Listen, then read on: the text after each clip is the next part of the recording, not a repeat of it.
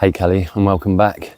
So, how do we fix our gear whilst living off grid? From fixing our boots, our tent, the tarp, and any sort of gear really. Yeah, let's have a proper look, shall we?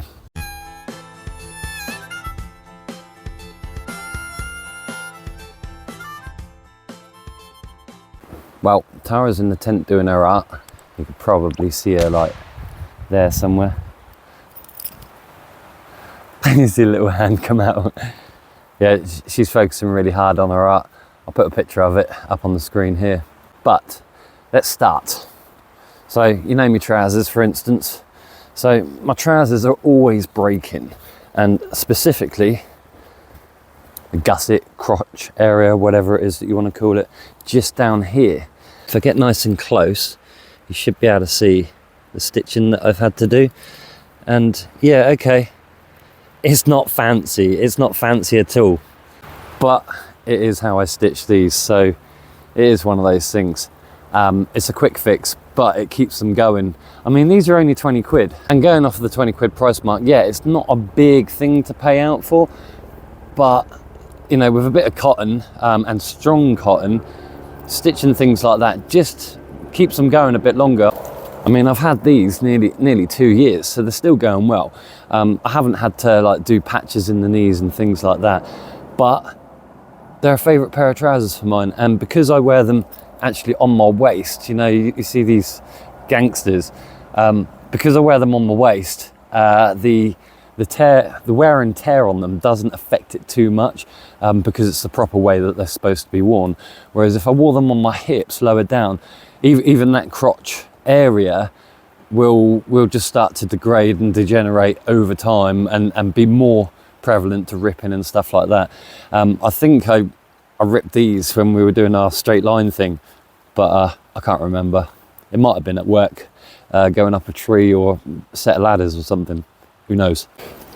Now also, you would have seen my bag being mentioned a lot, and because I like the comfort of my bag, and I mean, I've had this one, I don't know, 8 or 9 years now, maybe even 10, I can't remember, but I don't want to compromise on it. So David, if you remember when you asked me to fix your zip or to have a go at it, and I said to you it was like tamper proof, and I said, like, if you need to just cut down the bit where the zip's broke, take the zip off and then re-put the zip all back on.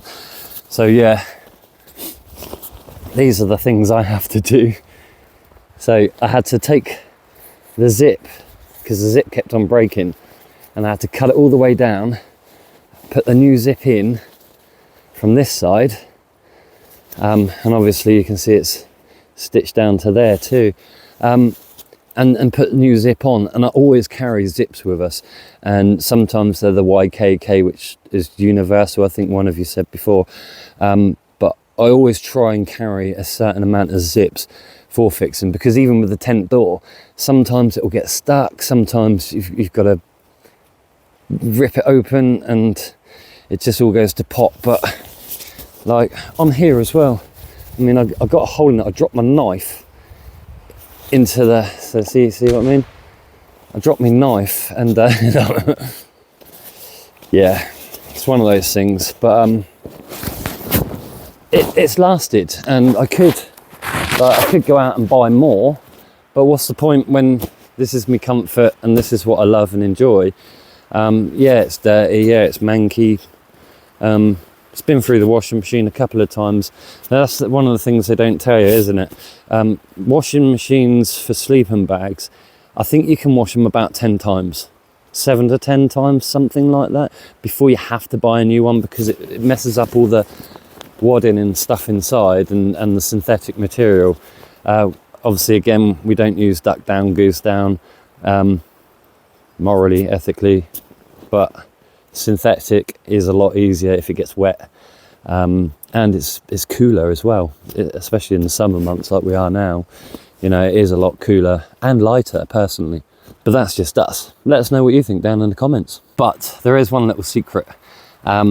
If you don't have like cotton and things like that to sew with, Obviously you'll probably have a needle, or you can pick them up in the shop for pretty cheap anyway. One thing that I found is a proper fail-safe for us is, can you see me boots? So this one has got a normal bootlace, and this one's me paracord, just like my necklace.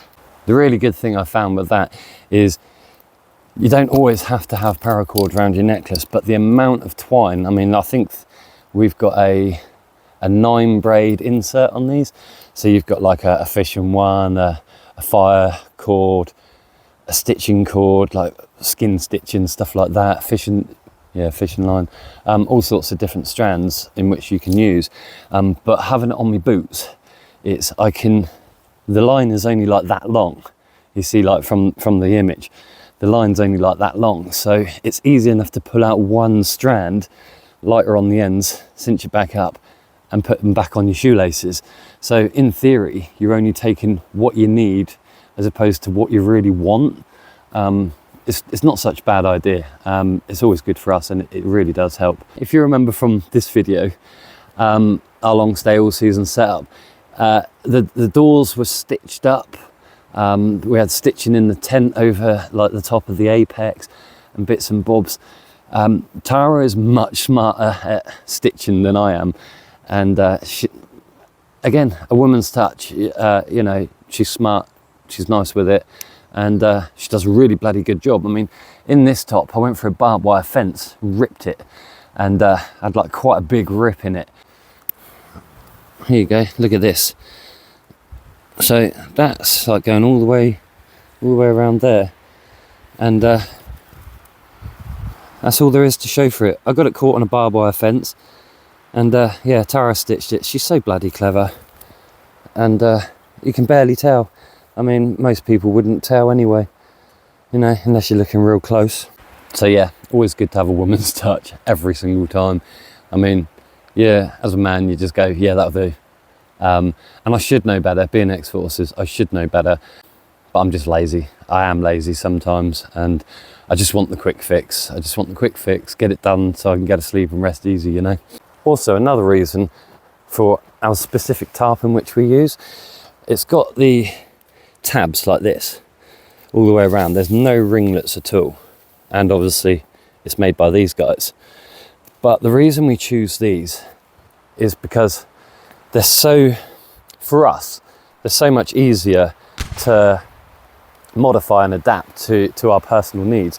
And like you saw in our tarpology video, when the strong wind came in, because we had a ridge line up, it literally snapped these ringlets off. But Tara was able to get back in, or even tie it up, you know. But Tara was able to get back in and properly stitch it through nicely. And yeah, it carried on lasting us, although it wasn't completely waterproof anymore and things like that. But you know, what you're gonna do is either go out and buy a new one, or just make use of what you've got around you. Also, just a quick pause for thanks. We'll put you up on the screen. Thank you ever so much, guys. It is super appreciated, and really does warm the heart. It's super awesome. You're super awesome, so thank you. But also, one more thing. We met one of you. Dino is an awesome guy. Says it how it is. Real good crack. Absolutely brilliant. So a lot of people ask us, you know, what do you do in your free time? We do all sorts. As you've seen, we do absolutely all sorts. But Dino, when he goes out into the outdoors, he makes these ferro rods out of deer antlers. How cool is that? And they work really well. So yeah, he makes these. And we do have his permission that if you would like something like this, because he's always just making them as a hobby, if you drop us an email, we can start to get some orders in for him and help him out too, just with his hobby project, if you're interested. But we're not trying to sell you anything, we're not trying to misguide you, misdirect you, anything like that. It's just, we thought, we met up with him, a fan, really brilliant guy. He didn't ask, we just wanted to tout for him because they're great, you know, they're absolutely brilliant. Saves having a bow drill set and this set and that set. And he also specifically said, you know, if the apocalypse happens, at least you got something. Anyway, cheers, Dino. Hit us up if you do want one or you're interested. And let's get back into it, shall we? Cord that we typically use is like, it's cord line finish, but machine 9, I don't know if you can see that, but this stuff, as you'll see like from our old video, it's absolutely brilliant and real strong, long lasting. As the old saying goes, they don't make them like they used to, right? Yeah, they really don't. So that's our go-to. And then if that fails, or we can't, or we run out of this, because like you can see there's not much on there anymore. But when we run out of this stuff, we'll go to cotton, just because it's slightly easier. And then after that, it's this same sort of paracord that we'll use, just for the emergency use. We don't really want to mess up the integrity of our paracord if we can help it. So yeah, stick to that first. Another thing I use, if you have a look at this picture up here, my boots are cracking. They dry out a lot, especially in summertime. Standard shoe polish. Don't get parade gloss, because parade gloss is a bit different from shoe polish, but either kiwi or cherry blossom, anything like that, as long as it protects, waterproofs and nourishes the leather, you'll be laughing, and the boots are going to last a lot longer. They're going to be more supple on your feet, much like van lifers and things like that. If you look after the tyres on the vehicle, you're going to go a lot more distance, aren't you? So as you've seen before, like with the wear on my boots and stuff like that, things like that, they can't be helped. I'm not a cobbler and I don't know how to fix them, but cracks and general repairs, boot polish every single time. Other things we have used in the past is if we've been working on our old pair of boots, for instance, and we've got a hole in it or it started to split, a bit of pine pitch. If you don't know how to make pine pitch sort of thing, there's lots of channels out there that do really great content on how to make it, and then just literally smear it over the hole, front and back. It's not really a long use hack, but to get you out of a sticky situation, it will do for the time being, at least until you can get to a cobbler's or a repair shop. If there's any about anymore, army surplus maybe, not too sure. But also, don't undervalue the old dental floss. Dental floss for a quick fix will get you through as well. I mean, you get that stuff stuck in your teeth, you can't pull it out, can you? It's yeah, good stuff for a quick fix, just to stitch something up quickly. Yeah, obviously it's not going to last and it'll stretch a bit, but otherwise, yeah, it's not bad. But also electrical tape, that's great. When we had our holes in our old tent, we use Elastoplast, because with Elastoplast, if you've got a hole front and back, if you cut off the two bits of Elastoplast or fabric plaster and stick them together, they bond. So once they've bonded with the tent on the inner and outer and the plaster itself, it is a great fix for quite some time. I mean, we had them going and they didn't even let any water in. So yeah, we were quite impressed with that. It was just oh shit, what have we got? So we used the fabric plaster front and back, and yeah, we were pleasantly surprised about that. I mean, we've had plasters on, and remember, you know, get in the bath and you try and get that plaster off and it still sticks to you. No, horrible stuff. But with electrical tape, that's also good for tying things, and blokes, duct tape. See, duct tape. Peter said about duct tape, he was like, it'll fix anything. It doesn't. Sorry, Peter, but it doesn't. You remember that time you saw our tent and it started raining and all the duct tape was peeling off the bottom? Yeah, we tend to stay away from it. Although that space tape stuff's quite good, or the Gorilla stuff. But again, if you can get it fabric, so much better. So much more versatile for us personally. Also, not to mention, as we mentioned before, use Vaseline. Don't use it long term because of the petroleum in it, but it is a good help just to get you through a waterproof situation. That's super quick for boots, at least. I've heard some people using animal fats on clothing, boots, stuff like that. If you can get it, that's probably the best. It's the most natural, but again, there's like animals involved and stuff, so who knows. But also, you know, don't undervalue your tarp. I know we keep going on about our tarp, but it is an absolute lifesaver. Our tent is typically waterproof, and because it was donated by Nikki, it's still going, Nikki, you're awesome. It's absolutely brilliant. But she'd had it in storage for a long time, so we think, well, all of us thought, it might have just broken down the waterproofing material and we tried to waterproof it 3 times, if you remember when we were at that campsite. We just bought a new tarp because the old one wasn't big enough, less versatile. But even if your tent is waterproof and for some reason it rips in the night or one of your poles snap, if you've got a pole tent, we have a trekking pole tent.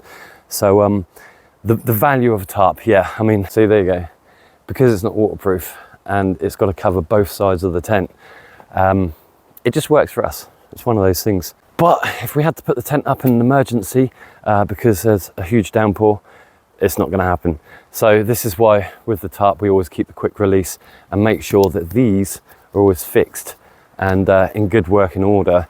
Otherwise we go and put the tarp up and they just start snapping off. But they are fabric. Now, I know from our tarpology video, a lot of people kept on saying to me, why don't you get bungee cords? Now, being ex-forces, bungee cords, I've had them ping me in the goalies and all sorts of crap. In the eyes, they literally like rip through your skin, like if there's metal exposed to it and stuff like that. That shit really, really hurts. But also, because it's rubber, it deteriorates outside. It deteriorates really quick. And obviously it doesn't start breaking down into oil for another 20, 30,000 years. But just going to show you my watch. I've had it 2 years. And on here, because it's rubber, it's started to snap now in both places on each side of my strap. So, you know, a lot of people, they'll typically go to regiment and people will buy them this sort of watch. So that sort of watch has a fabric strap. Like I said with the tarp, fabric just seems to last a little bit longer. And because of stuff like this, if the fabric starts to break, you can literally stitch it through, stitch it up, burn off the ends, melt it back down, squish it, job done. You know, there's so many different versatile ways that you can use things. And obviously with rubber and plastics degrading outside, I mean, personally, I always stick to fabric. Although this one, yeah, I had it 2 years, it was 20 quid. The watch was 20 quid, so it wasn't too bad. You know, it's a tenner a year if you think about it like that, because I bought it 2 years ago. If I could make it last another year, it drops the price again. But why spend when you can mend, right? And I think that's one of the main important things, especially in today's consumer society, that if you can mend it rather than spending more and more money that a lot of people, even us, you just don't have. You know, repairing things is basically a get out of jail free card, right? It's the old way of doing things, and it's probably the best way of doing things, personally. Anyway, Kelly, if you have enjoyed this, please consider liking and subscribing, sharing around. All really does help. And until next time, happy hopping.